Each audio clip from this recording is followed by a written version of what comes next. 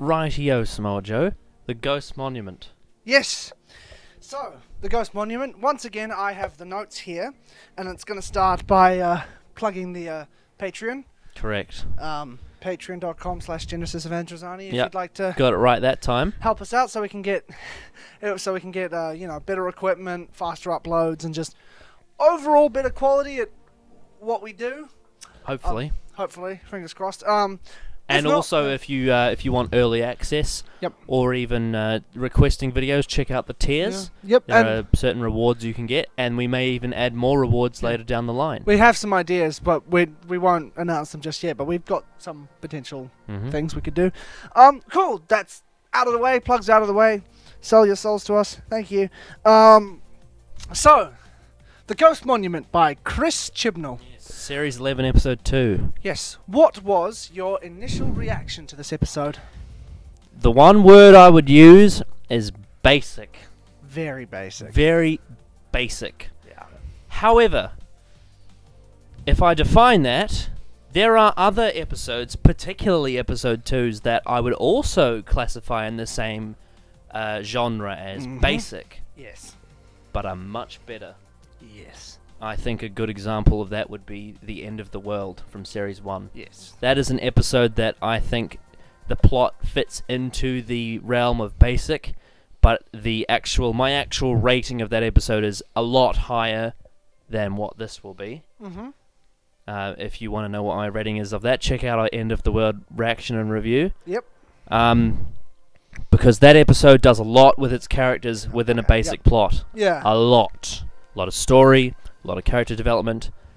This tries to, and doesn't really do it that much. For me. Doesn't quite reach that. Yeah, I'm in the same boat, and I will take your End of the World, and I will raise you a Shakespeare code. Go. I love that episode, and it's a great character-building episode between the relationship of the Doctor and Martha, so on and so forth. I'll give a full review of that when we get to it, so I can properly express why I have my opinions of that. But that was a much more functional episode. They're both the Ghost Monument and the two episodes we've compared it to are all very functional episodes. But the elements that are within the episode were portrayed, at least to me and you as well, I'm assuming, based on what you've just said, much more... They were done in a much more convincing and engaging manner in the episodes we brought up, as opposed to the Ghost Monument, where it was very... It was good. It was well made and cohesively written. There was no big glaring, distracting, frustrating plot elements or character motivations that didn't make sense. Everyone's motivations made sense. Yeah. It was all very clear and it was defined, but it was a little lackluster, I found. Yeah. It was, nothing in it jumped out to me other than the premise itself that it was hung upon, which they didn't do much with. Early season basic plots are there to function to get you through the hour or 45 minutes or whatever it is, and develop other things around it. Yeah. That's the whole point of having a basic plot. But when you don't do that well, it kind of makes it a bit pointless. Yeah. Now, I think that's pretty much all we can say before we go into more detail going The more forward. spoilery details. Yeah. So, into the actual review itself, Mm-hmm. I will ask you first, what were your thoughts on the Doctor? Well, Jodie Whittaker, the actress, was very, very good. Yes. I thought. As she was in the last episode. The editing around her, because I mentioned that in my Women Fell to Earth review, I thought the editing around her was very poor. It was weird. It was very weird. I thought it was a slight improvement, but there were still some rough patches in it. But I thought, and now we rewatched this episode just before this with his uncle, and his uncle made a good point in that it seems like her Doctor doesn't quite have enough duality yet. Yeah, she's not, in terms of that meaning, all Doctors sort of have a well-rounded personality where there's lots of little facets and stuff to them, and certain writers like to capitalize on different parts of their Doctor. Yeah. And granted, we're only 2 episodes in, but 2 episodes in to Christopher Eccleston, He's really fun and Rose with a little bit of edge. End of the world, we see there's something a bit more there. There's a little bit, and granted, you know how I mentioned End of the World just before. That part of the reason why I like that episode so much is his doctor. Yeah, and also in Shakespeare Code, though we don't learn much more about the Doctor, the fact that he's got a bit more of an edge, like little things when they're in the Bedlam, in the insane asylum, and he says, or maybe it'll help not to torture them, and things like that, and little moments, and yes, I was going to bring up. And we get a bit of Martha development in Shakespeare Code. Oh yeah, a lot of, because we understand, we see more of her falling in love with the Doctor, but also her like asking questions that logically made sense within the story. I would just like to bring up another example of it's not exactly a basic plot. It actually does go a bit beyond that. But in terms of, we're talking about character development and sort of the first adventure. Look at the fires of Pompeii. Donna's developed, she gets to see what it's truly about out there, and she goes from being the comic side relief to someone who stands up to the Doctor. Yeah, and not only does she stand up to the Doctor, but she prevails. Yeah, she digs her heels in, and she said, and it's not in like a stubborn, funny way. In a weird sort of timey-wimey way, Donna is the reason the 12th Doctor exists. Yeah, retroactively, cool, because of the girl who died. It's Donna's fault. But anyway, we're going on a bit of a tangent. The Doctor and the Ghost Monument. Yes. How do I need to break this down, don't I? Yeah. Because the first section, where it's the crash landing, she feels like a side character to me. Yeah. Well, we'll get more into the direction and stuff later, but there's one particular shot where it's framed in such a way where the center of the door behind them is the main focus of the shot, and the dude whose name I keep forgetting is sitting in the pilot's seat. Armstrong, I think. Yeah. Or Ipso. Can't remember which one's which, but one of those two. And on the left-hand side, or the right-hand side of the frame, rather, half of Jodie is cut off. Yeah. Like, she's just not in the frame. Yeah. And then suddenly we realise why the shot's the way it is, because Yasmin comes in the middle, but surely they could have... It feels like there's not enough focus on the Doctor sometimes. We've only just met this Doctor, and she's already been cut out of the fucking frame. It just blew my mind. I was just like, what is that framing? Yeah. It was really weird. And it's not like a Troughton or a McCoy where this character is supposed to be sort of lurking in the background. No, she's just somehow cut out. Yeah. Yeah. There were some weird directing choices, but we'll get into that later. But in terms of what you were saying, that's sort of indicative of the fact that in the beginning, the Doctor was kind of... Because this was her first real adventure, because now she's off in an alien world, she's off and away, we've met the companions. It still wasn't really her... it wasn't about... Continuing adventures don't necessarily need to be about the Doctor, but I don't think there was enough focus on her discovering herself. Yeah. It's like I said, sort of with the last episode, not as extreme, but it's almost like that whole regeneration process didn't really affect her all that much. No. She's just the Doctor now. Which, it's fine. She definitely feels like the Doctor, but what kind of Doctor is she? Yeah. And we got hints of other Doctors in this episode more than her own personality, apart from a couple of moments. Yeah. Yeah. So obviously in that first section, I thought she was sort of blending in a bit.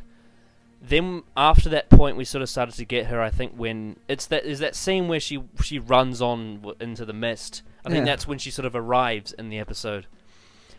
She shows a really good adventurer's side to the Doctor, which is good. I just don't know if there's much beyond that at this point. No, it was... Yeah. Obviously, Doctors take a little while to fully develop, unless you're John Pertwee, who just had it out the gate. Let's sort of... I mean, I know we're crossing into other characters right now, but let's get into her opinions on guns. Now, this felt very much like... the Doctor's daughter. Yes, the man who never would. Now, the Doctor's Daughter is a messy story, and that whole gun thing, you kind of understand because the post-Time War thing, I can forgive it, even though the Doctor's used weapons and stuff before, as many people have pointed out, and the third Doctor... since. Yeah, and the third Doctor liked to punch people in the face a lot. And in Day of the Daleks, he killed someone nonchalantly without... Yeah, you and know. in Vengeance on Varys, he pushed someone into an acid bath. Yeah, and in Attack of the Cybermen, he killed a Cyberman. Yeah, and... many other instances of the Doctor killing people. I think the first Doctor beat a man to death with his walking stick in the Crusade. Yeah, and unless I'm forgetting this, unless I'm not remembering it correctly, in when he meets the caveman, he tries to beat one of them to death with a rock, doesn't he? Yeah, and I think in the Romans he throws a guy out the window and it's played for comedy. Yeah. He's like, Vicky, that's how you do it. Yeah. Anyway, tangent, but. Because of the post-Time War thing, you can kind of forgive the no guns thing. Sort of. A bit dubious. But, there is a motivation The there. problem with the Doctor's Daughter one is it's heavy-handed, not Yeah. because he's saying it. But the problem with this one is she goes on this tangent where she's like, no guns. And then Ryan's She sounds like one of those vegans selling you no meat.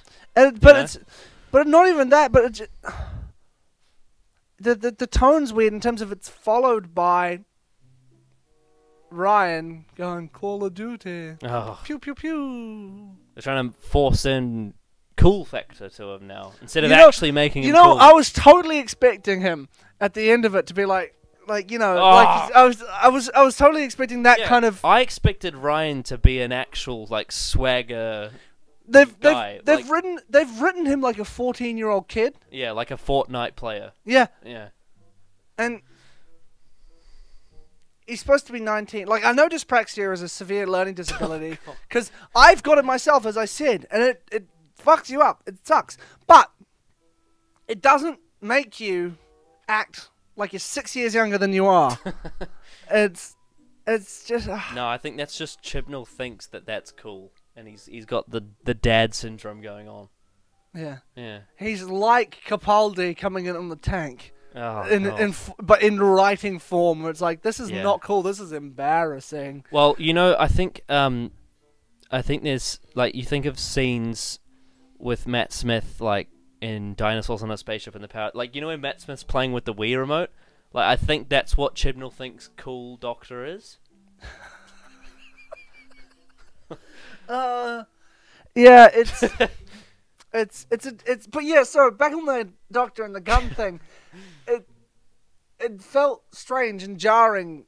There's lots of little moments in the episode like that. On the whole, everyone's sort of motivations made sense, but there's lots of micro scenes within that, as opposed to the overarching story within this narrative.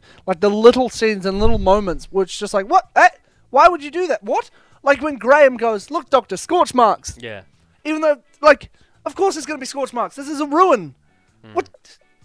Why? Yeah, an example with that would be...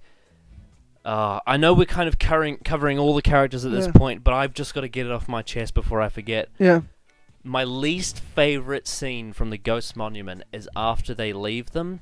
After the what's his name? The Ilan, I think his name's Ilan, and Epso and Armstrong leave them, and they're just stranded there. Mm-hmm. And then they're like, "Oh, we're all by ourselves now. I've failed you. I'm so sorry." And it's just painful and childish and horrible, and I hate it. It reminds me of kids shows. And then the whole point of the scene is they're building up to the TARDIS, but it doesn't feel like real people. It feels like children stranded. They're like, oh no, we're lost. It feels like how Sesame Street would handle it, except Sesame Street would handle it with some kind of witty allegory underneath it, because Sesame Street is genius. Yeah. But that scene was so jarring. When you're trying to introduce a new Doctor, usually we get traits within their first couple of episodes where they start seeing what this Doctor is. Capaldi was intense and angry in his first few episodes and give me a record. Yeah, give me a record. And then Matt Smith was an old man in a young man's body, but he was still sort of quirky and upbeat and very energetic. David Tennant was as we've said, like On cocaine. yeah, he was Christopher Eccleston in a skinny man's skin. Yep.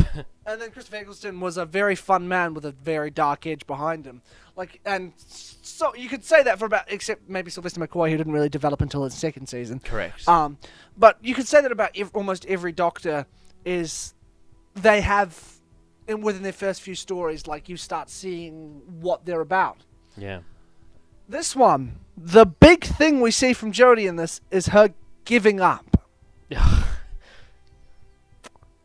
If you're trying to win people over, like, if you're trying to win people who are skeptical about the season over, having your hero, who's always been about bravery and wit and empathy, just being like... And hope. And hope, just be like, fuck. Like, we're done. Like... I'm so sorry. The Doctor punched a wall for millions of years. Yeah, I know, right? The Doctor punched a wall for millions of years and didn't give up. And then suddenly, oh, we're abandoned. Give up. The Doctor's been in far more perilous situations before and not given. I mean, it's fine because it's clearly this season's intended to be a jumping-off point for new people to come on and enjoy the show. It's intended for people who weren't around for Heaven's Sent. But even then, why have your lead hero so early on? Like, if this happened sort of closer towards a finale in a much darker story, I could kind of understand the Doctor giving up and being like, well, what's the point? But this didn't challenge the Doctor anyway. Her morals and nothing had been so significantly affected in her by this. It was I couldn't imagine other Doctors giving up. I could imagine them when I imagine other Doctors in this situation, I imagine them having this like sort of Jedi moment where they're like, they believe that the TARDIS is gonna be there. Yeah, and this is by no fault of Jodie. This is purely Chibnall. Really weirdly having like a moment of and also, why wasn't the TARDIS there? Why did it not appear until that was so weird? How it just wasn't there and then it suddenly randomly appeared and there was no explanation. I'm sure there was some one throwaway line that we must have missed, giving Chibnall the benefit of the doubt. Okay, whatever. But it was just... And then there was that one creepy shot where they're like, you think we're gonna all fit in that TARDIS? And she's like, yeah. No, it was even closer than that. It was like almost that close. It was super strange. It's because it looks unnatural, right? It shouldn't. I'm looking at it like getting creeped out. It was weird, but we'll get onto the direction later. Yeah. We keep going on tangents. But don't get me wrong, as an actress, Jodie is very good. She's fantastic. It's just the way she's written is a little bit off. And the way she said, like, oh, my precious ghost monument, or whatever the line was, my something ghost monument. I believed her. Yeah. Like, I believed the relief and love in her voice and her eyes and her, and like everything, but like literally the only time I had like, about the Doctor in this episode was that scene. And also the gun control scene, the anti-gun scene. She did a good job in it. It's just the writing around it was so jarring and rushed. And also the editing and everything like that. But her performance within it, having what she was given, she did a fantastic job. She is brilliant. She is the Doctor. Yeah. I'm just hoping the writing gives her a bit more creative oomph. She also, even though we'll get onto the whole TARDIS thing at the later, I do like she has this way of bringing you into the story. Like there's a line where they're like, I think Brett Graham says a spaceship, and she's like, and a time ship. Yeah. She's got a real good way of pulling you into the story. Absolutely, and like the whole one bit that like right off the bat that made me really laugh. She's like, "Oh, sorry, Yaz, I forgot you were there. Don't worry, everything's gonna be fine." And then her smile just drops immediately as she goes away. It was so funny. Yeah. Like she nailed that. And like the opening 7 minutes before they crash on the planet, I was super hooked. I was like, "Whoa, this is so much fun." And then things started to niggle at me as we went forward. But overall, the Doctor. A little inconsistent, but Jodie's performance was fantastic. Yeah. She was on top form. Absolutely. Top form. Now, transitioning from the Doctor, what did you think about Ryan? Okay, Ryan. Well, we already covered that awful scene where he holds the gun and he's like, Black Ops. And then he screams. Which, it's cringy. It made me cringe, yeah. All of any cool factor that he might have had is gone. Yeah. Anyway, but onto more serious topic, I feel like Tosin Cole lacks some... I don't know how to say it. He's... Okay, I'm kind of covering two characters here. Go for it. Tosin Cole and Bradley Walsh don't have chemistry on screen. Doesn't seem it, no. No. Without Grace there. Yeah. Because she was sort of like... The middle ground, and like, Yeah. it's not, and we don't mean this in terms of the characters don't gel, because that's the point. It's literally the actors are playing it on two different levels. Yeah. It feels like the director wasn't quite able to find a middle ground for them that made them believable in their conflict. I was kind of taken out of it by the fact that they're both very good performers, but Bradley was playing it a bit more dramatic, which nothing wrong with either way either man was playing it. Yeah. It's just that it didn't quite gel. It just kind of conflicted with one another, and it just, for me, and it goes back to what we were saying last week about characters feeling like they're in two different shows. Yeah. And Absolutely. I was feeling that with Ryan and Graham. Like, I appreciate that they mentioned Grace and they were trying to bring it up and they were trying to develop these characters. And on paper, literally what was being said made sense and was it's just the execution of it felt a little off. Overall, I think I would say Ryan is starting to feel less relatable and more like a dummy. He's starting to feel a bit more like a comedic foil as opposed to like the empathetic heart of the show. Yeah. Because he opened it and it's funny because last week we were saying in The Woman Who Fell to Earth, we were like, oh, we want more of his personality. And then they showed it and it wasn't very good. No, yeah. It was quite cringy, actually. Yeah. As we said, he was acting younger than he is. Yeah. It was strange. It felt weird. But that's, again, it's not much we can say about Ryan, because other than a few little moments here and there, they didn't do I mean, I guess much. they put in a couple of those dyspraxia plot devices. Like the ladders and stuff, which is fine. But as you pointed out, when she gives the, you know what, you're amazing, like, encouragement speech, we don't even see him go up the fucking ladder. It just cuts to them in the field. Yeah. Feels like there was heaps of chunks taken out of this episode randomly. It feels to me like they had so much coverage, given the amount of... We'll get to the editing and directing later. But given the amount of, like, jarring cuts between close-up and long shot and close-up and long shot, and then, moving handheld, or on clearly on hidden legs, tripods and everything like that, it felt to me like they had a lot of footage, and a lot of it was cut out. Yeah. It was... Yeah, this felt... like you said before, it felt like it was an hour-long episode cut down, and they cut out a lot of bits that they should have had in there. Yeah. Yeah. It's just strange. What did you think of Graham? Well, it's interesting because I would say he also had, like, in terms of chemistry, he had the same problem, like, with Ryan. Like, he didn't have good chemistry with Ryan, I didn't feel. But I did like his scenes with the Doctor. Yes. I thought he was really good with those scenes, like with the sunglasses and whatnot. Oh, and that's one thing about that ending scene that I really liked. The fact that they're all having this dramatic moment, and he's just standing there wearing Audrey Hepburn's glasses. Like that, I thought that was quite an endearing moment. Yeah. And the fact that Graham just owns it. He's just like, yeah, whatever, I'm on this alien planet. Cool. I quite like the fact that he's so matter-of-fact about it. Yeah. Like, I was hoping that he'd be a bit... I guess the one thing I would like to see more from him is I wanted to see him take a bit more authority. I want to see him get a bit angry. Yeah. I want to see him get... Like, I feel like he hasn't challenged the Doctor enough yet. He's sort of just gone Not just the Doctor, hasn't challenged... Other than that one little scene with Ryan, he hasn't challenged anyone to a big degree. Yeah. Like, it just felt like he would question people, but he wouldn't confront them. Yeah. Yeah. And that's so far indicative of his character, but I'd like to see also, he's supposed to be Ryan's granddad, right, sort of. Yeah. I'm not feeling his age. Mm. Not really. No. He still feels middle-aged to me, not old.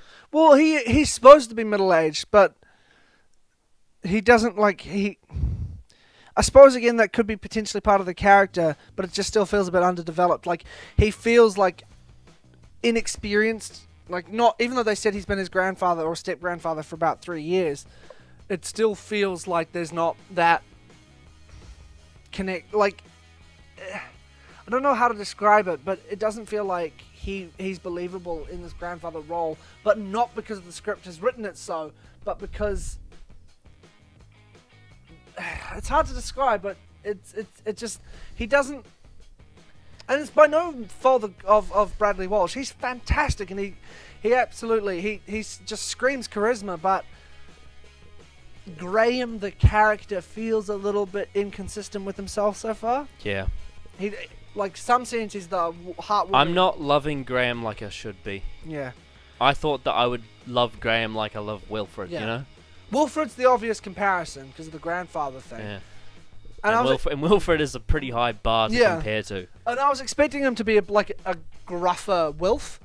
Yeah. Like, because they're not actually blood relatives, I was expecting him to be a bit harder on Ryan.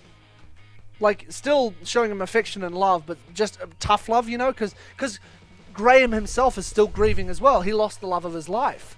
I was expecting a bit more, and also the fact that he was a cancer survivor and stuff, like having a bit more edge to him. Yeah. Again, this is only the second episode, but in the sense where they tried to develop the character, there just wasn't, it wasn't quite there for me. Yeah. I just didn't quite feel it. It just, yeah. It didn't, like, because that story, I think the basic plot of the Ghost Monument served to develop that story, and unfortunately that story didn't develop the way I wanted it to. Yeah, and absolutely. that's a flaw with the episode, I think. For sure. Now, is that all we have to say about Graham? I think so. Yeah. What did you think about Yasmin? I mean, she's just Nissa again, isn't she? She didn't, other than the one brief line where she talked about how she doesn't really want to associate or talk about her family. Whatever the line was, I can't remember the specifics, but they're inch by inch slowly moving her a little bit forward, but it's... And you know what the frustrating thing is? Of all the three companions, she's the one who had the most believable sort of energy when she was with the Doctor. But she barely had any screen time. She didn't say anything. There was multiple lines of dialogue in this story where the camera was blurred on her face when she was talking. It was, it felt dismissive of her. Yeah. And it shouldn't have, because I want to love her. Yeah, I think who is she? I think it's episode 4. Apparently the title is called Arachnids in the UK, which sounds very silly. But apparently that episode is when her story is going to actually properly begin. I hope so, because I really want to like her, but so far we just don't know her. Yeah, she's definitely the fourth wheel. Yeah. Again, there's not much else we can really say. She's just the Nissa of the group so far. Yeah, an accurate comparison. All right then, what did you think of Angstrom? Well, well, she's the not to say anything against her character or anything, but she's definitely the insert lesbian hair character that the BBC loves to do with, like, in the last few years. There was a couple of lines that were definitely, they reminded me of other characters that they've had in the show before, just because, like, that's what the BBC does now. They're trying to, like, insert these what's the word? Shit, I can't remember what the word is now. It's like it's representation of groups and whatnot. But didn't dislike her though. She wasn't. The thing is about that is, say this was like not Chris Chibnall's choice, which I highly doubt. It seems to me like this is a character that Chris Chibnall wanted to write. Yeah. Even if it wasn't, he did a good job with her. Yeah. I got her personality. Wouldn't say she's as good as, say, like Captain Jack. No one's as good as Captain Jack, though. No. But yeah, Moffat struck lightning in a bottle with that character. Well, I mean, I think it was Russell's idea. Well, that explains a lot. Yeah. Just happened to begin in Moffat's episode. Yeah. But no, yeah, so yeah, I got her personality. I got who she was, and Epso as well. But the fact that she was doing this race for her family, and we heard little bits about how things are going horribly for her race Yeah. and her family specifically, and how they're on the run and in fear, and if she wins, she can protect them. That's a very, like, not necessarily relatable, but a very understandable goal. As Yeah. I was saying, like, everyone's motivation is functional. Ipso, on the other hand, his motivation was he wanted to smoke a cigar. Well, yeah, he's supposed to come off as like the cowboy, right? Didn't buy it. He was the, in terms of, He came. Like, I think I said he doesn't come off like a cowboy. He comes off like a tradie. yeah, he comes off as just like a bloke you'd see in a pub, Yeah. and not like Pretty much. not like he walked into a smoky pub, blah, blah, you know, like kind of tough guy, like Yeah. literally like Barry from the pub. Yeah. It's just, Yeah. Yeah. it- He reminds me of people who think they are bigger than they are. yeah, he didn't seem intimidating to me. He seemed like Yeah. a try-hard is probably the best Yeah.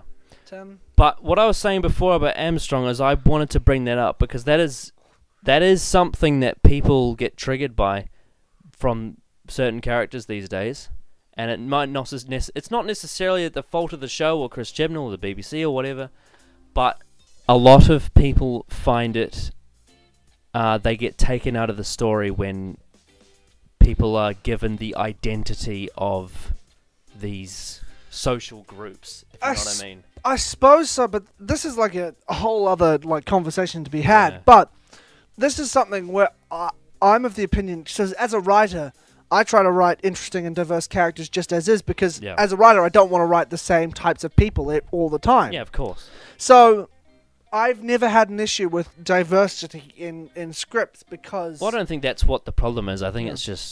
it's just a culture and a political thing. But the thing is, if the characters are bad, then what's the problem? If the characters are good, then Oh what's yeah. the problem? Oh yeah, of course. Yeah. Yeah. If the characters aren't bad, yeah, then I don't see why there should be an issue. Why there Yeah. should be. But no. But what I'm trying to say Yeah. is that people might see Armstrong as more of a label character than an actual character. I can see why people could see it that way. Yeah. I don't see it myself that way Yeah. because I enjoyed her character. Right. But yeah, it's just one of these things where I'm never going to be able to change these people's opinions, so I'm not going to bother trying. Oh yeah, of course. I yeah. just know my opinion on it, which is that as long as the character's good, I don't have a problem with Yeah, it. true. Yeah. Yeah. I just there was a couple of moments where she threw in some lines and they didn't feel right. There was one where they were talking about what's the big bad of the season now, the Tim Shaw. What's his name? It's I'll like see if you've got it. Didn't. I think I wrote it down somewhere. It starts with an S. Starts with an S, but that's what Yeah. that Them. villain. They were Yeah. talking about how Grace died because of them or something, and then she cuts in and says, "Oh, my wife died too," or something like that. My issue with that wasn't so much the line itself, but the way it was directed. Yeah, It wasn't, because the line itself, like, mine too. Like, it was an Yeah. it was an empathetic. Yeah. I understand your pain. I understand your Yeah. loss. But the way it was directed, yeah, like, it cut Graham out completely. yeah, It was a moment for Graham. He said, "My wife died because of them." yeah, Hard cut away from him. yeah, And then we didn't see it like it would have been lovely if it was a two shot of them, and we saw them sort of on the same level, on the same plane, within yeah, the yeah, same. yeah. Like But they it just- got each other. It just felt like she was butting in. That's what. And it felt also, like to me. other than that, did Graham and her have much interaction? I can't really remember. Not really, no. Because like that would have been a cool thing, as if Graham and her kind of became this sort of like buddy cop relationship, because they're the ones who are like, we got to get out of I this. think We've this got was to. another thing I mentioned when we were rewatching it, is that a lot of scenes felt like they didn't have any pauses in them. No. And I think that might be because this episode was completely crammed in. They filmed too much, Yeah. and they were stressed for time, so they took out all the pauses that could have made the story better. Yeah. Yeah. Like imagine, like bringing up just a simple pause in the "so did mine" line. Yeah. If he said, "My wife died because of that," and we see a moment like, because she's closed off, she didn't want to tell Yasmin about her life, Yeah. but now she's in a room full of strangers. But because he understands what she's going through, like she could have a Yeah. pause where she just thinks to herself and then looks Yeah. up and says, "Mine too." Yeah. Just I mean, a scene that I think of, I know it's not necessarily Yeah. everyone's favourite scene, but one of the reasons why I think Bad Wolf Bay worked so well was because it was a scene with pauses in Yeah. between the lines, Yeah. and it made it feel real. Mm. And a scene like this between Graham and her, it's obviously not as height of emotion or Yes. anything, but it lacked those pauses. And You know? and it lacked the togetherness. It didn't. Yeah. They didn't feel together. They felt like they were in separate And spaces. part of that was part of the direction as well, Which which we'll we get will- on. We will get on to. Because I've seen a lot of praise for the direction of this episode. Well, because it looked great. Individually, the Yes. shots looked great. Yeah. Okay. What about Ilan. Ilan? He was the guy who was inside the tent in the Ilan, hologram. the villain. Ilan the villain. Yeah. So Art Malik Yeah. is a very good actor, Brilliant. and he could have done something so much more in this show. You know what? If you swapped him for the actor who played Ipso, if Yeah. they swapped roles, Yeah. I would have bought it way more. Yeah. Like, because Art Malik is an intimidating presence if he wants to be. Like, Yeah. with that booming voice. Yeah, and Yeah. Ipso would have come across as like that asshole Yeah, like rich guy. he would have just come across as opposed to like this regal figure. He would have been just like this scummy, like, I'm just running this for my own entertainment, for blood sport kind of Yeah, character. like a Jabba the Hutt You're character. like a Jabba the Hutt, yeah. Yeah. And Yeah. Art Malik, like, he's such a lovely actor that it would Yeah. have been better to have him in a main role. Because even if he was being a dick, Art Malik, I believe, would have been able to Yeah. bring forward a little bit of humanity. And the scene, you know, where Ipso gets choked by the remnant. Yeah. I would have actually been more Yeah. invested if it was Art Malik Yeah. playing that character, I think. yeah, Yeah. absolutely. Yeah. As opposed to Ipso just being an asshole, like he would have actually been Yeah. conflicting, you know? Yeah. Like, if he was a character the whole way through, you didn't know whether you should trust him or not. Like, was he going to sell them out when it got to the end and just fuck off by himself? Yeah. Like, Yeah. if he was going to just use them as a means to an So end. but- Ilan was a good character, but he was very underused. Yeah. I'm Yeah. hoping we see him again. I doubt we will, Yeah. but I'm hoping we do because he's such a... that whole idea is an interesting idea. And, you know, Art Malik is a fantastic actor. He's got a lovely tent. Yes. Yes, he does. Yeah. And I loved his final moment where she's like, and my friends, he's like, "Pfft, no. Like, I really liked that. That made me laugh. Yeah. That was a lovely little touch. And it was a nice because obviously she solved the plot by clicking with the cigar. Yeah. So then he clicks and disappears. Yeah, it's great. Yeah. That's a really good moment. What did you think about the sniper bots? Probably the worst part about this episode. Useless. Aside from that end scene that makes me cringe, they're absolutely useless. They don't kill anyone. They're worse than stormtroopers. They do fuck all. Yeah, these were the ones that people thought were the Sontarans or the Jadoon. And instead we got these useless... Again, I understand budgets, so you can't always have inhuman-looking creatures. But for the robots, did it really just have to look like more dudes in suits? Yeah. Like, They were useless. This- And there was like hundreds of them as well, and they didn't shoot one fucking person. They didn't I shoot know. Graham, who's I mean, old. thinking Ipso got shot, but he didn't Yeah. fucking die. What's the point of having hundreds of robot guards if none of them can shoot civilians? I know it. Two teenagers and an old man. It's just I think this is another problem I'm having with Chibnall, is he's making the show too childish. yeah. Mm. Because I thought with his Broadchurch influence, it'd feel a bit more grown up. Not that it shouldn't. Like there should always be like a little bit of a family element to Doctor Who, Yeah. but it shouldn't be like patronizing, which it's sort of coming Yeah. across as. And if you're going to have robots that can't shoot, you have to make it sort of cheesy. Whereas it felt like Chris Chibnall was trying to take them seriously Yeah. and not treating them seriously. Yeah. Yeah. Luckily, it was a new creation and not treating an old Yeah. enemy with a Like I can imagine a scene in a Pertwee story with those robots where he karates all of them. Or And like the it's, cliffhanger would be like he opens the door and there's four of them pointing the gun at him, and then there's a snap zoom up to his face, Yeah. and he goes, and then diddle-a-dun, Yeah. diddle-a-dun. and then at like the start of the next episode, he karate chops all of them. Like, Like, and Wah! it would be really silly, but it Yeah. would work It would be in fun. a way. Yeah. Oh man, I just want to watch John Pertwee episodes Whereas now. this wasn't fun. No, You know. it wasn't. Yeah. I don't want to say it felt like a chore.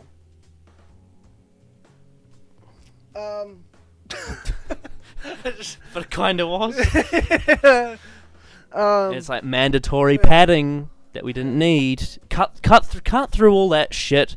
Yeah. Have some proper story. Add some of those scenes that they cut out at the end. Yeah. You don't have to have stupid robots shooting nothing. Not. I mean, not. Develop the remnants more, which is the next topic. Yes. Moving on to the next topic, the remnants. They should have been the main villain. Fuck the sniper bots. Just have the remnant instead of just having them get rid of by an explosion and having them say some vague things to the Doctor. This cloth. Yeah. Evil cloth is such a Doctor Who idea. Yeah. And it's brilliant. Yeah. And they didn't do anything with it. Just like the big tentacle monster from the last episode. Yeah. A really creative and interesting idea that Chibnall just dropped. Yeah. You know what I would have had? What? Here's my proposition for this episode. So, right, this Ghost Monument thing was supposed to be a race. Yeah. Have 10 more characters, side characters that have minimal dialogue. Yep. Have them all get choked out by the remnants. Yes. Where that would be so much better. Yeah. Cut out the fucking robots. Yeah. Have an actual race. Make it exciting. Like, not just sitting in a boat, like, sleeping. Yeah. Actually have fast boats that go And- fast. and Like, even though this is that- an alien yeah. planet, you can do anything. Yeah. Have a fast race, action-packed. Doctor Who does Mad Max. Yep, have lots of side characters get killed by these cloth creatures. It Yeah. would have been so much more exciting. And then the Doctor saves the people, like, you can even do the cigar thing, but, like, have it build up to it and that be the climax of the episode. Have a swelling atmosphere that ends, like a swelling tension, I mean, Yeah. that ends with that scene. Yeah. Yeah. And, yeah, that would have been so much more exciting. Yeah. It just... The remnants are a cool idea, but they just weren't used. They went and killed off Grace, who was a great character, probably the best character of these two episodes. Yeah. And then in this one, they have no deaths. Like, no she stakes, would have made this episode so much better. Yeah. She would have been Yeah. great. Yeah. Like, just imagine, like, her being all motherly in the middle of a battlefield. Like, you know Donna and the Doctor's daughter? Mm. Like, it would have been like that. Yeah. Yeah. Oh, yeah. Yeah. She makes that episode so much more fun. Mm. Oh, God. But yeah, the remnants. One interesting thing I think people will all notice about the remnants is they know something about the Doctor. Like, Say something about she was abandoned. well, I don't know if they said it was her necessarily, but they said the timeless child. This reminds me of the. I haven't seen all of that season, but this reminds me of the arc from Torchwood series 2, when like they say to Captain Jack, "Oh, Grey," and he's like, and he gets triggered. And there's like a whole backstory behind that stuff. I wouldn't possibly know. But yes, there's a it's something that's potentially being hinted at as a potentially maybe they're hinting at a Cartmore master plan sort of thing where it's somehow tying into that other thing. But the thing is, I love the idea of the Cartmore master plan, but I don't want it to be confirmed. You know? Because that kind of really... as soon as we find out the answer to the question, Doctor Who... Yeah, what's the point in having the show? Yeah. It's just, like... It's this thing of... If you're going to do Doctor Who... Doctor Who... Like, the Doctor's early years... I mean, I guess we got bits of pieces in it with Moffat, but we didn't get the whole story. Sorry, what? Did we ever learn about Gallifrey with Moffat? I don't remember. No, we mustn't have. No. Is it still missing? Huh? Must be. It's a missing episode. Yeah. I mean. Oh yeah. I mean, I hope. What's his name? Was it Paul Morris can dig up that missing episode? Yeah, that'd be good. Yeah. No, it wouldn't. No, we don't want to see. We don't want to see the Doctor as a child. No. Tangent. What were we saying? Oh yeah, the cloth. No, I thought you were talking about that Peter Capaldi Gallifrey story that's only got telesnaps. Yeah, oh, beautiful shots. Oh yeah, it looks amazing. But Have you lots heard of the soundtrack? It sounds great. But lots of the audio is missing, so we don't actually know what the plot was Yeah, about. they've only got the Murray Gold bits in there. Yeah, but we can assume that it's obviously him confronting someone on Gallifrey. Yes. That sounds awesome. Yeah. Man, I wish we could have had a story on Gallifrey that was all Yeah. centered around that. Yeah. Luckily, they recovered Heaven Sent though. Oh, man, and because it would come right after Heaven Sent. It must have been extraordinary. Yeah. Anyway, we'll never get to see that again. Nope. Let's what's the next topic? The plot. The plot. Wasted plot. I've already Like Chibnall, yeah, we've already discovered. Like Chibnall with the last one, so many cool ideas and so many cool elements that it didn't do much with. just basic. I'm hoping. Basic plot. I really want Chibnall to grow more ambitious. He has the keys to the kingdom. Yeah. He can do whatever the fuck he wants. The plot of this episode felt like a shittier version of The Unquite Dead. Yeah. Yeah, that's gonna get you some flack, but I agree. Yeah. It's true. It's Nice landscape, but the plot, shittier version of The Unquite Dead is how I would describe it. yeah, it was. Yeah, we've covered the plot. Yeah, I've already proposed to you what a better plot would have been. Mad Max in space. Mm-hmm. Now, a huge positive we can talk about.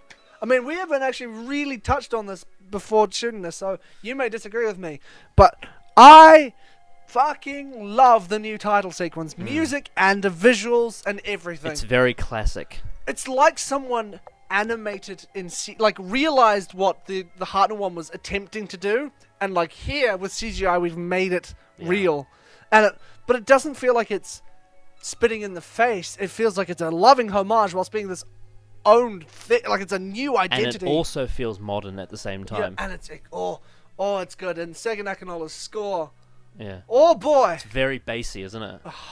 like we were watching it with we have surround sound speakers in my house, and we had the bass turned up, and it was, And there's those loud drums as well. and it was Yeah, it's very classic. with a little bit of like that Murray Gold oomph, but with totally Sega Nakanola's own identity. Really good. I would say the only weird thing about the title sequence is the fact that it says like the series producer and director as well. That kind of bugged me a little bit. And Yeah. it doesn't have Jodie's face in it either. Yeah. Yeah. Oh, that'd be weird if Johnny's face like you have you seen Doctor Strange? I've seen Infinity War. Well, in Doctor Strange, there's a creature called Dormammu whose face is looks like a cosmos, and it's kind of constantly rippling, Right. but it's clear eyes and a mouth, and it's like real fucked up and weird. Oh, so you're saying Jodie's face comes out of that? like comes out of the amorphous 'cause blob. obviously, like it kind of like Sega Nakanola's. Well, no, it wasn't. He didn't design it, but whoever. I think it was the guy who did the Hulock Yeah, crossover. Did the title sequence. John with- Smith, his name is on YouTube. He did that. It would be like Jodie's face coming out of like a paint bucket flying through space. Yeah, like the sort of like Rorschach test kind of. Anyway, it's really cool. I love the new title sequence. Now, next topic. Mm-hmm. The TARDIS. Well, the TARDIS. I will say, the direction in that scene I liked. I liked the direction. However, the actual TARDIS itself, that's the interesting part. It definitely fits her Sonic, doesn't it? It's Conveniently. conveniently because they're two separate things, but Yeah. yep, that it matches that aesthetic. It doesn't match her. No. If we're talking in technical points, the walls are massive and the middle is very small. The pillars are way too close. Yeah. Everything's very chunky and small in the middle, and then there's massive shell walls on the outside. The dimensions of it, I think, is one of the main issues. Yeah. It's trying to do the same thing that the McGann TARDIS had, but without the space. And without, the extraordinary set design. Yeah. Like the Yeah. McGann TARDIS felt lived in, but also Yeah. logical. And there were some parts on the walls, I think there were blue squares or whatever they were. They just reminded me of the spaceship from The Power of Three. And it's too cartoon sci-fi for me. It doesn't feel right. As I said, it doesn't quite match her so far. And also, as we said, the dimensions are weird. And also, this is coming after Capaldi's TARDIS, Which is one of my favourite it TARDISes. was brilliant. Very mechanical, but it was very nice. Yeah. That TARDIS wouldn't have necessarily suited her, but just comparing them side by side, it's a bit of a step down, isn't it? Big step down. Yeah, Big and I step think the down. biggest problem is it doesn't feel like a spaceship. No. Yeah, It feels like a set. it feels like a crystal. Like Yeah. it's like where the Jedi go to find the crystal. I was saying it looks a little bit like Superman's Fortress of Solitude from the '79 movie. Almost looks like a like Vader's bedroom. Not bedroom, but his tank room on Mustafar. his incubator Incubator yeah. room on Mustafar from yeah. Rogue One. It's weird. You're right. It looks more like a location than a TARDIS. It doesn't feel. And the way it was shot, in terms of when we saw her, I disagree with you about the direction, because when she was activating the TARDIS, we saw close-ups of the little modules, Oh yeah. but we didn't actually see her run around and do the TARDIS that's thing. true. I didn't mention that. Yeah. I do want to see the TARDIS in action. I want to That's see all four of them running around the TARDIS Yeah. as she gives them instructions. And one thing that I really liked about the Moffat era is that it created like this multi. Matt Smith's first TARDIS, though Yeah. I don't like all the individual bits of the component, the tiered. The fact that it's like a multi-level structure, I really liked. I just feel like this doesn't have that. It doesn't have that lower level to give. No, it it's literally just. It feels like a really Yeah. barren set. It feels Yeah. like and not in a kind of fun Doctor Who, classic Doctor Who way, where it's like clearly those are just polystyrene walls. This just Yeah. feels. and it's too dark for It her. feels staged. Yeah. And I know it's supposed to be weird and alien, but it doesn't. To me, it's trying too hard to be alien. And also, it doesn't feel very inviting, does it? No, it looks evil. Yeah, very. It looks like it could be the Master's TARDIS. If this was Missy's, I would be like, that makes sense. Yeah. Though, except I do like your thing that you pointed out when we watched Colony in Space, that going from right to left as opposed to left to right. Yeah. In terms of the doors entering. Yeah. But, Well, with Delgado's TARDIS, yeah. that was so cool. I love how Roger Delgado has fucking trapped Gas chambers. gas chambers in his TARDIS. That's so great. Man, Colony in Space was great. Yeah. Oh yeah, that's come out already, so we can say. It's so funny how like Colony in Space was supposed to be one of the bad ones, and this was supposed to be like the new improved Doctor Who season, and we enjoyed Colony in Space more than Yeah. Maybe we're just part of the moody fuck patrol. yeah. It's just- Maybe. I'm sure there's plenty of people out there that are on our level. Yeah. Well, not level. I mean, all due respect, on the same. And the thing Wavelength is, and and the stuff. thing is, as always, if you did like this episode, please tell us why, because we like hearing Yes. the dissenting opinions More from ourselves. power to you. If you like Yeah. this episode, you have the high ground. Yeah, we like hearing what non-cynical pricks have to say about it. Yeah. Like there's this guy on YouTube. I'm sure most YouTubers will know him because he's got a lot of subs. He's called the Doctor Who Guide. Mm. His name's Alex. He's got like glasses. You may have seen him. Yeah, I think so. He's one of the most optimistic Doctor Who fans out Yeah. there. Like he just loves everything. Yeah. Like there is I've never seen him say anything negative about any episodes. Like Yeah. maybe once or twice he said something slightly off. Yeah. But like he loves it all, and I'm Yeah. like sometimes I'm like, you know what, it would be nice if I could go back to that, like just love everything. Yeah. Unfortunately, that's not possible. No. But and also because different tastes. We prefer. Well, I mean, I prefer very twisted and like when you have a creative show like this and you go and be creative and weird. I like it when Doctor Who's really weird. Yeah. I I mean, if you, I'm sure at some point we'll be doing some top tens eventually of like episodes and whatnot, and you'll find that in our top tens there tends to be the sort of more creative ones as opposed to the ones that you might expect. Like, Yeah. I'm sure this isn't a spoiler.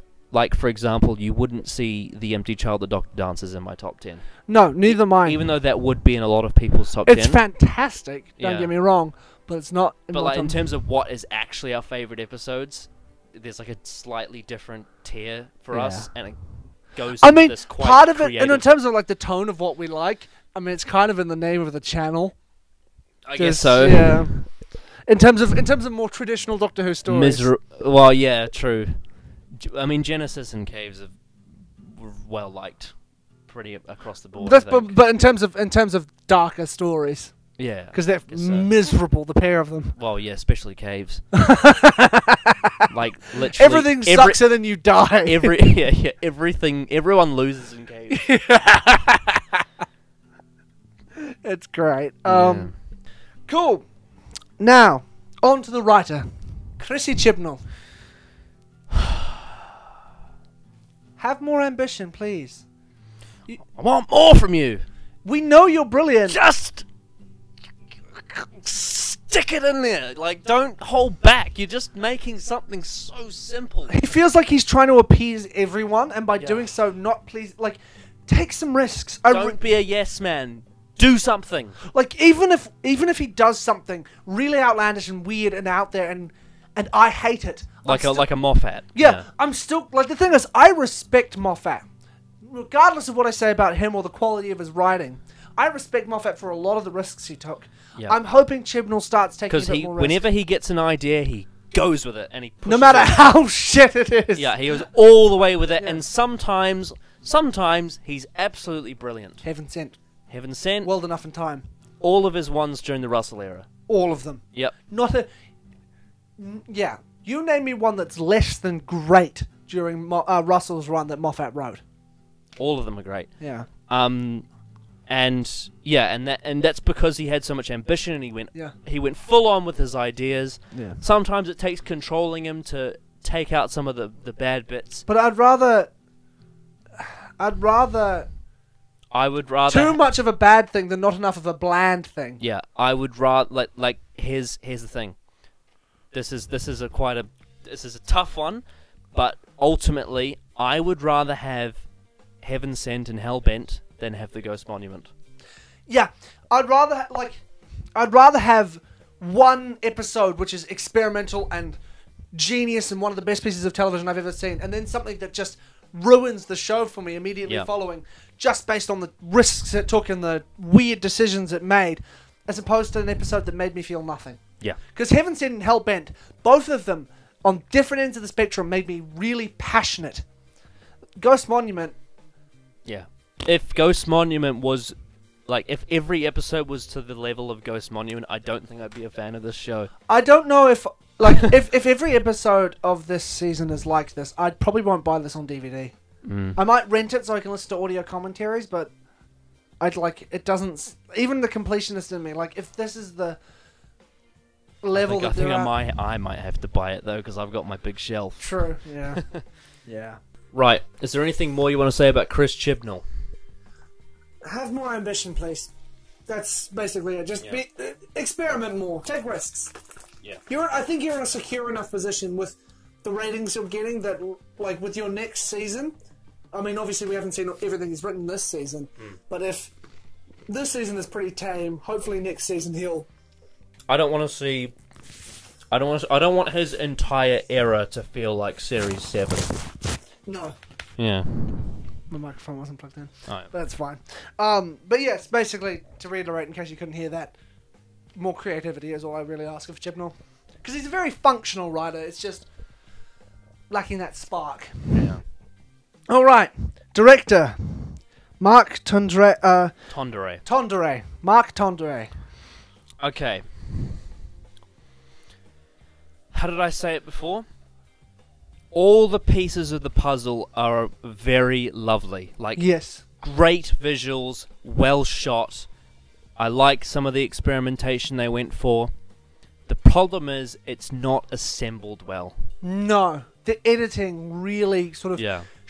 Now, I'm not sure how much control he has over the editing. Yeah. But yeah, definitely there was not a good communication between... I had problems with the editing in the last one, more to do with the storytelling, and this one is actually had damage to the story for me. Like, there would be cuts which just didn't seem logical. Like, I'm sure a lot of you are aware of the 180 line. That's sort of, in terms of when you're doing a conversation where characters logically, for the human brain, should be on one side of the frame. Why our A camera is there, Yeah. and it's not. Our B camera is not there. Yeah. Because if you cut between forward and backwards, Yeah. it would seem strange. It would be jarring. Like, obviously, if you cut back to this camera we have set up here, that would be jarring and weird. But we've tried to set it up in such a way that it's not so dramatic a shift that it would be It's not, super you're not going disruptive. from there to there. Yeah, not like, as we were saying, like, there's these, throughout the whole episode, it cuts to close-ups, and, like, not just close-ups, like, big close-ups. Yeah. And there's like 20 of them in a row, and it's very confusing. And there's no geometry like New Earth. I would argue that this was even more confusing than New Earth for me. Even though the landscaping was a lot better, because a lot of the problem with the geography of New Earth was cramped. It's cramped locations. Yeah. But the problem with this was the camera's actual, what it was looking at. Yeah, like, that and was the problem. There was a lot of dead space in the frame. Like, obviously, we've got these cheap cameras, so obviously we're not one to talk about production values per se.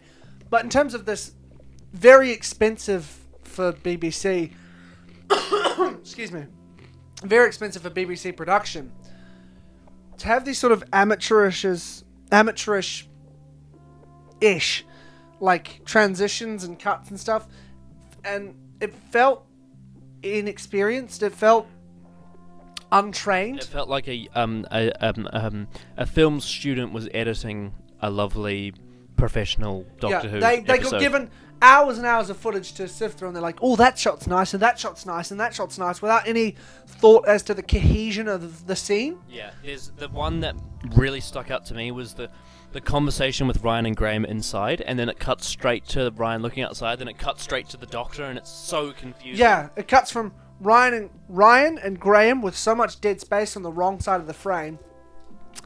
Ryan and Graham back and forth, then Ryan standing up, like almost in profile, then bam, hard cut to a wide of the Doctor from a different angle. There was lots of little things like that throughout the episode, which really threw me off. Like, the director of photography did a really good job, but there was a lack of communication between the production and post-production team, because there was a complete breakdown of meaning behind the shots. Yeah, the storytelling was off. There was no visual storytelling. And also, another one was, like, they had that whole scene where the Doctor was talking to Ryan about climbing the ladder, Yeah. and then it cuts straight to the outside, Yeah. where it's, like, at the bottom it was like yellow light and sunny, Yeah. and then it's cut straight to outside and it's nighttime and blue, and it's just a sudden change, and it feels like we've jumped in time as well. It's really odd. I didn't understand the mentality behind a lot of the edits.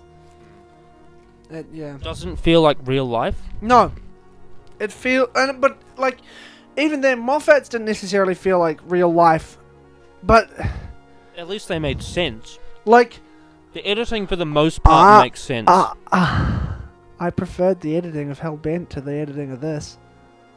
What, you mean editing wise? Yeah, in terms of like, not script editing, obviously, but like in terms of shot direction and shot meaning, Oh yeah. in terms of intention behind the cinematography, Hellbent does a better job in conveying its yeah. ideas than this did. Rachel Talalay is an amazing director. Fantastic. Yeah. And like, that's one She's of the one of the highlights of Hellbent. one of the two highlights of Yeah. Hellbent. Yeah. But yeah, it's because obviously for some people it's probably not going to bother them, but for us, we've come from film school, and we like to analyze the meaning of ideas in both pre-production, production, and post-production, and all these little breaking down all these different elements and what you can do with them. Unfortunately, because we've learned all this, we become more aware of issues, and unfortunately it affects how much I enjoy an episode, because I'm looking out for these things automatically. There's no. That's also something I found with fault of the writing, is there's no chance for them to just tell like, there were opportunities to, but the script itself didn't necessarily lend to characters not saying anything, just having visual moments of characterization. I think it's all just stating what they want. I think the biggest problem is you've got some nice moments, but they're not linked well. The links is the problem here. The linking between shots, the linking between scenes, the linking between motives, the linking, like, the lack of pauses. Like, in that Graham and Ryan scene, literally all you could have is a two-shot like this, where they're sitting on that bench. Graham could reach out and try to put his hand on Ryan's shoulder. Ryan, not even looking at Graham, just giving him a quick side-eye, just stepping up and moving away. that gives you a perfect visual understanding of their relationship. Graham is physically and metaphorically trying to reach out to Ryan, and Ryan is shutting him down. Think of the scene from End of the World with the Doctor and Rose when they have that fight. Yeah. Because she's just realised that he's not telling her everything Yeah. that she should know. Absolutely. Like the TARDIS translating, like the fact that it's dangerous, that they're in a place and he's not looking after her properly. Yeah. Then she asks him about who he is and where he's from, and he gets stroppy and walks off. Yeah. The visual storytelling in End of the World is so brilliant Yeah. because it shows you everything you need to know and links it so well and has the right pauses and the right storytelling. This episode didn't have that at all. No. In fact, it was flawed, and it damaged the story for me. Yeah, it made it less of an enjoyable watch. Because the script itself could have been just a passable, fun watch. Something like 42, where it's harmless. But the visual storytelling was so off for me that it just became so jarring and almost frustrating. Yeah. It was just like, just slow down and just... Not necessarily slow down the pace of the cuts or anything, but just... Take your time. And the Be intent, deliberate. and the intent, yeah, be deliberate. There was no intention behind anything. It was just, this looks nice, so we're going to cut to it. But in doing so, there was no cohesion. So it became very jarring for me. It's like pseudo art form. Yeah. It was not great. I think that's pretty much as we can say about the direction. There was a couple of shots, especially with the boat in the ocean, that I didn't like. I didn't like. I didn't mind them, but They were sunning to a point where it was too realistic. It looked like I was watching, like the America's Cup. Yeah, gotcha. I want to feel like it's not. I want to escape to this world sometimes, and to not actually feel that, and for it to look flat and not alien and just. Yeah, that was the big thing. Is Like a drone shot of a boat in the ocean. They went all the just way doesn't interest because I me. believe this is the episode they shot in Africa. South Africa. Yeah, they went all the way there. And other than the desert shots at the beginning, they didn't... Like, it wasn't like a presence. It didn't feel alive, you know? Well, I know it's supposed to be a barren and dead planet, but It's it didn't feel like its It's own... almost like this episode was just made for the trailers. Yeah, kinda. Yep. I'm kind of annoyed that we never got to see like a wide shot of the planet itself, Yeah, no, yeah, just the like a space shot, yeah. That would have been cool. like a Star Wars space Well, shot. because when they say, oh, the planet can't have moved, and the Doctor says, there it is, you could have had a moment where the camera swoops up and you see, like, I know it's expensive, but clearly this show has a budget now. Yeah. Like, Well, if you look at that shot where they, the beginning of the episode where they pan to the window and Yeah. see that the ships are Yeah. splitting, that was an expensive shot. So, you know, they've already got expensive shots in it. Why don't you do one of the planet yeah, I know. to establish where they are? Yeah. And you get this, like, the scale of it. Like, you can do a thing like the beginning of Trial of a Time Lord, when you get the sense of this big, foreboding thing Oh yeah. that's just there. You can have it where the camera just starts panning up, and then you just realize, oh, that's the bottom of the planet, and then you realize, oh, that's much bigger than I thought, and the shot widens up, and you see, oh, this thing's huge! Like, which makes it feel like, oh, if they're stuck, like, when they land there, they're stuck. They're in the middle of And nowhere. you see the landscape as Yeah. well. You see that it's a Yeah. dangerous landscape, you know? Yeah. Mm.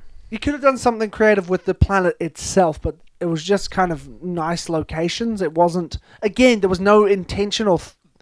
I don't want to say there was no thought behind it, because there was, but there didn't seem to be enough creative storytelling using these elements, which I'm big on.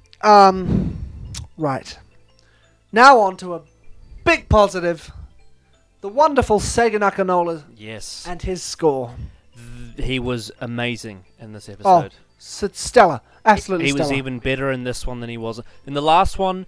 I was mainly positive, but I was a little bit shaky on it This time, he was really, really, really good. Yeah. All the way through. Yeah, not a single... Even in scenes I didn't like, he was really good. And even with the editing, it never felt out of place. No. It was always good. No, his score was great. Props. I cannot wait for the Series 11 soundtrack. And I can't wait to hear what... And he showed... And I said last time I wanted to see some range from him. He showed that range in here. Absolutely. And I'm really looking forward to seeing what else he has in the different genres going ahead. Yeah, like, what's he going to do for 1950s America next week? Oh, yeah. I'm excited to see that. Yeah. But yeah, in this episode, he had a nice balance of orchestral and synthy. Yeah.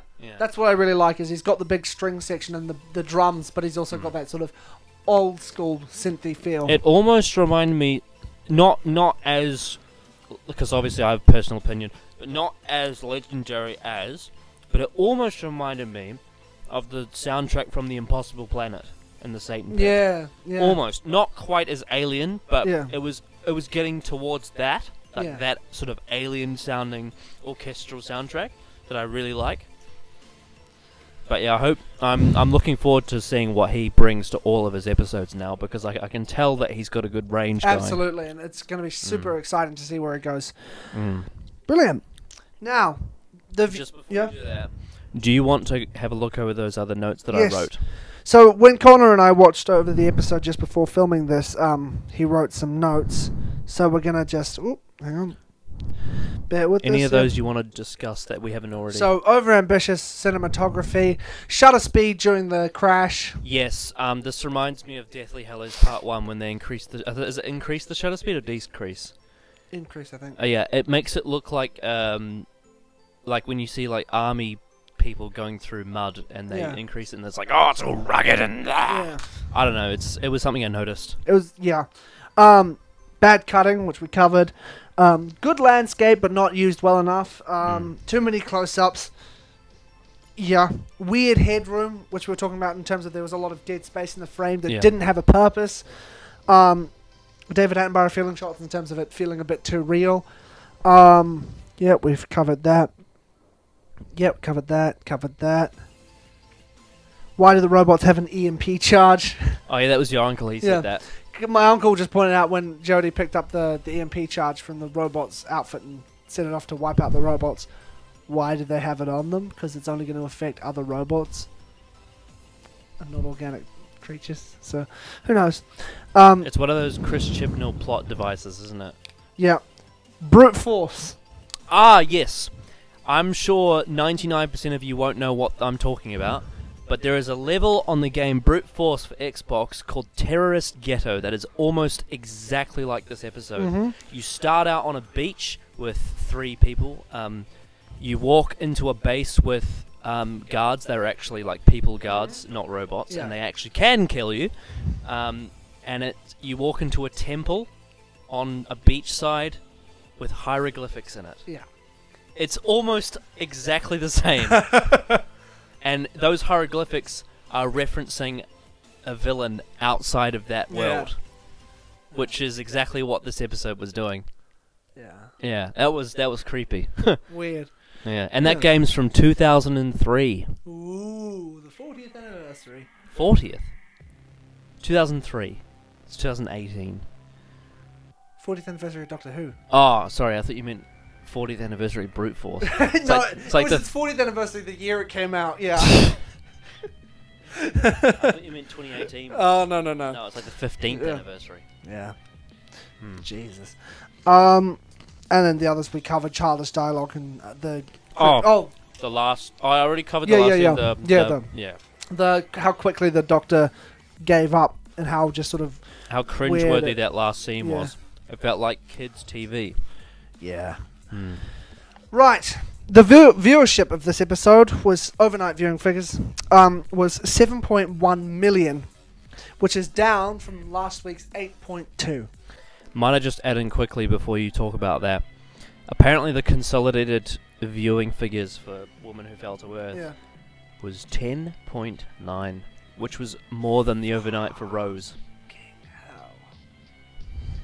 Wow. So a lot of people watched episode 1. Well, because it is completely a fresh start. And that's awesome. Awesome. That's so good.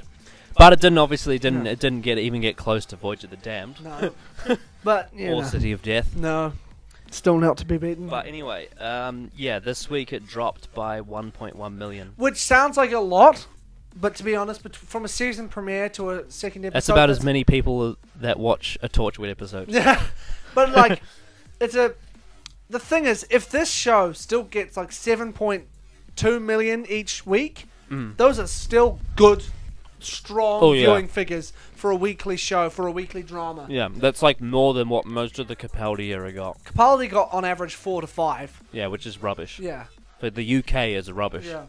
So this getting 7 on average is really, really good, because Tenet I think got on 8-ish on average. Who? Tenet?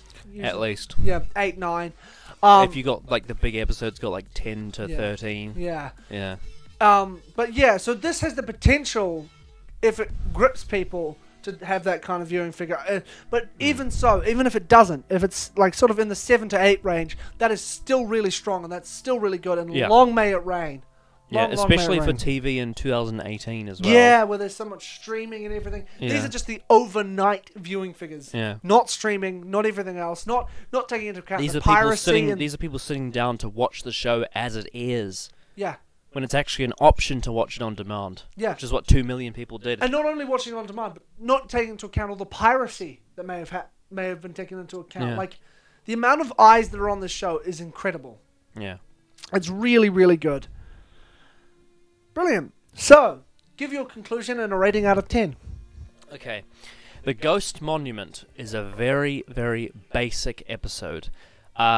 It allowed itself to develop some of the areas of the series that it was trying to develop. Unfortunately for me, it didn't develop them as well as I'd hoped. There was still some good moments, there were some aspects I liked about it, but for the most part, I was left feeling a little bit blank on it. It's uplifted by Jodie's lovely performance, some of the really nice direction, some of the gem acting moments from Art Malik, for example. Yeah. The music by Seki Nakanola was amazing. And genuinely, it is one of the highest production Doctor Who episodes ever, and I will always give it credit for doing that, for doing something that Doctor Who hasn't done before with this massive landscape of an episode. But unfortunately, the story just wasn't good enough for me. Yeah. It wasn't bad by any means, but it just scrapes a passing grade of 6 out of 10 for me, which I was almost going to give it a 5.5, but I gave it a 6 because the highlights did bring it up slightly, e.g. the music, Jodie's acting, etc. But yeah, it's a 6, and if anything from the series goes below the Ghost Monument, that is a fail in my eyes. Yep. I'm pretty much in the same boat. All the positives you mentioned are my positives as well, and I really am positive on those positives. Like, really, really liked the things I liked in this episode. But the things I didn't like, I didn't dislike. I didn't hate them, other than a couple things where I was just like, that's really weird. Like the random close-ups with no meaning or reason. And the lack of cohesion, and also a couple of really weird dialogue moments. Most of the stuff I was actually ambivalent towards, which is kind of even worse for me, because I like being stimulated by this show. Like, it should provoke me in some way, be it good or bad. Like, I want some reaction out of it, but again, just like The Woman Who Fell to Earth, a lot of this was very passive viewing to me. And perhaps it's just because this particular type of Doctor Who isn't quite aimed at me, and that's fine. There's not a problem with that. But on a personal level, I'm hoping the show gets a bit more ambitious and a bit more with those brilliantly creative ideas that have been in both these episodes. I wish going forward, Chris Chibnall realizes a creative idea he has and runs with it. Yeah, I want an episode where he takes one of those ideas and makes it the entire episode. Yeah. Like the Remnants, for example. Yeah. Do more with them. Yeah. Make them scary, make them menacing, give them a threat, Yeah. make the conclusion feel more satisfying. Yeah. Yeah. And the thing is, yeah, for me, it's really passive viewing. I didn't hate it.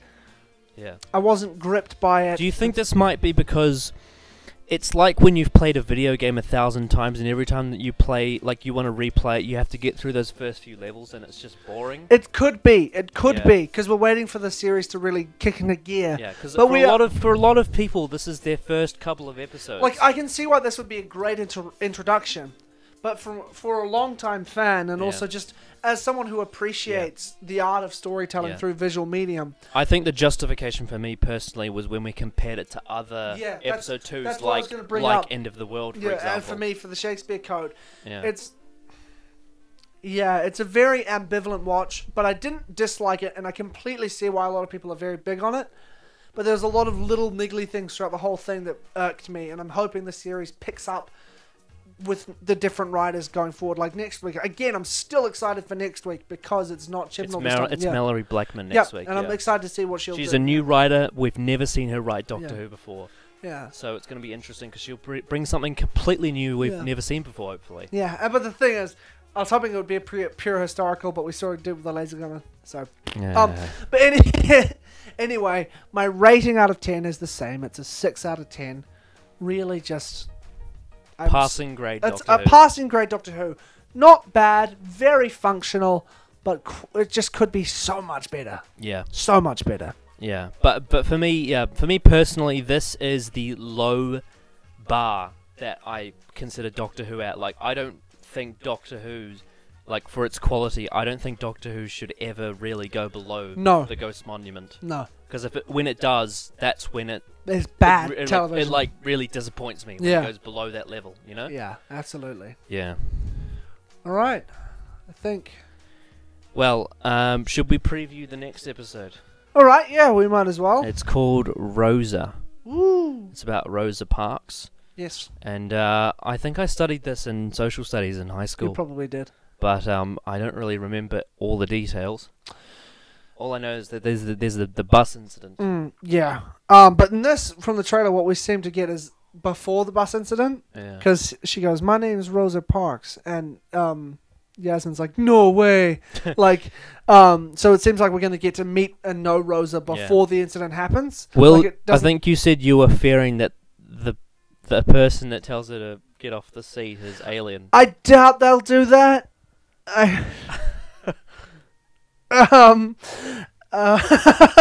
But yeah, I'm looking forward to it. I mean, I would doubt that considering Mallory Blackman, right? I don't think she would want to disrespect something from her history, like her ethnic history, you know? Like, and just something that's part of civil history, especially something so significant just in general as well. It's like doing the JFK assassination, but like it was aliens. Aliens. Yeah, it'd be distasteful no matter how creative you make the story. Yeah. It'd be a bit It wrong. would be like Vincent and the Doctor, and you have a big flying chicken kill him instead of an actual story about his depression. And his like feelings. it'd be like Vincent and the Doctor if the Vincent never went to the gallery and it ended up just being a runaround with Vincent just there. Yeah. And, like, instead of him suiciding, it was the chicken just killed him. Yeah. Like, that would be distasteful. Yeah, or the chicken was the one who took off his ear or something stupid like that. No. But yeah, so I'm hoping that the episode rises above that and becomes clever. And like I hope we said, we hoped it would be a pure historical, but unfortunately it probably isn't. No, well, unless that happens. Because they have to have aliens in every story. What excuse me. I'm hoping this episode sticks with me. Because The Woman Who Fell to Earth and The Ghost Monument, after I watched them the first time, nothing. In one ear and out the other. Yeah. I think that's kind of the motto with Chibnall's Doctor Who episodes Yeah. anyway. It's in one ear and out the other. Just digestible TV. Yeah. But I'm hoping I'm hoping it stays with me. Yeah. Be it for better or for worse. And I'm just hoping it I mean, provokes me in some way. Fun fact, the last time we got a Doctor Who episode with a historical figure was Vincent and the Doctor. Oh, wow. Believe it or not. 8 years I mean, ago. I guess we got Robin Hood, but that doesn't really count, does it? And again, robots of Sherwood. Yeah. He's not really a real historical character. No. But last time we got a real one was Vincent and the Doctor, which 8 was years ago. 8 years ago. Christ. Mm-hmm. But yes, so hopefully Rosa Parks is good. Hopefully it sticks with me in some way. Yeah. Hope it's good. Yeah, well, I guess we'll see you then.